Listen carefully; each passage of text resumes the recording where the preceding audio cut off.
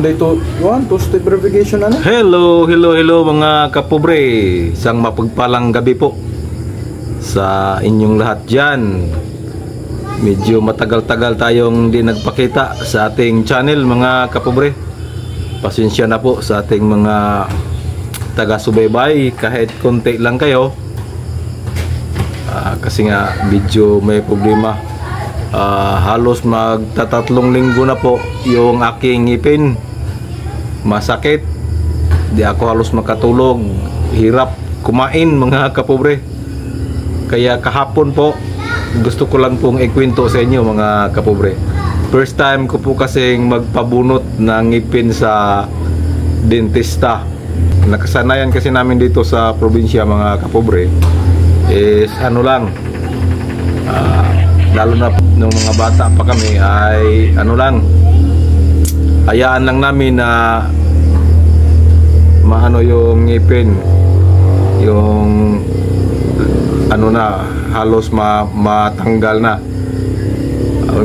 Tapos ano lang, talian lang ng sinulid sa aming mga lulo dati. Pero ngayon, first time ko pong magpabunot ng ngipin sa dentista. Kung di umabot sa 49 yung edad ko, saka pa nagpabunot ng dentista.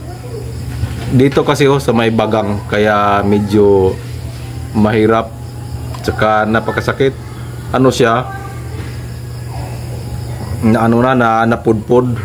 So nandoon lang yung pinaka puno niya, yun ang laging sumasakit. So nung isang linggo mga kapobre, sinamahan ako ng aking misis, pumunta kami ng dentist. Tapos akala ko pagdating doon is bunutan na, hindi pa pala, check upin pa pala ng dentista. Ang problema nung pagpunta namin nung isang linggo ay medyo masakit yung ngipin ko. Kaya pagdating doon sa loob, pinitik yung medyo maliit na martilyo, pinitik ng dentista at tinanong ako kung masakit o hindi. Siyempre masakit, kaya sabi ko masakit.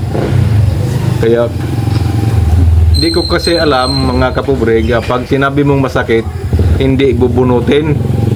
Kaya nung sinabi kong masakit, Dok, sabi niya, hindi ka pa pwedeng bunutan kasi may nana yung ipin mo sa ilalim. Kaya kailangan pa mo pang uminom ng gamot. Kaya ayun, tiniis isang linggo, niresetahan ako ng amoxicillin, amoxiclab.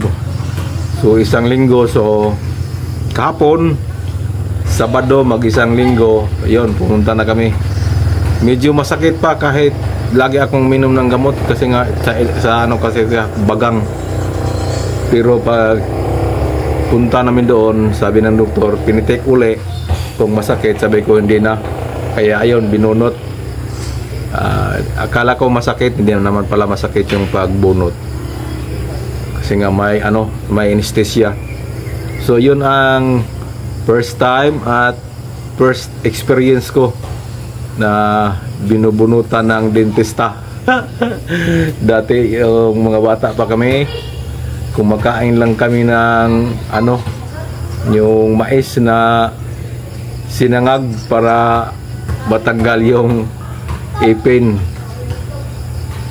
Yung mga naman, mga lulo namin, tatalian lang ng sinulid. Wala na. So yun po ang aking experience. Kwento ko lang po sa inyo mga kapobre. So maya-maya kunti, darating na sila misis. Bumili lang sila ng ulam. Kasi nga namin ni misis ngayon anniversary. Nasa na kami handa-handa pa kasi medyo masakit pa yung pinagbunutan. Pero sabi ni Mrs. Bibili na daw siya ng litson manok at pansit para sa hapunan. Wala yung mga bata ko dito, dalawa, si ate at si kuya. Si ate sa Manila at si kuya nandun sa Tacloban, naka-duty. Kaya kami lang dito. Pamangkin ko isa si Pulong, yung anak ko isa si Ektoy at si Mrs. Kaya ano na lang, i-celebrate na lang namin na may pansit at litson manok. Ano na, 20 ilang years na ba?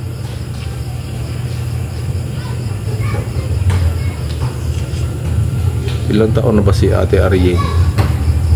27 years ha? O 28 years.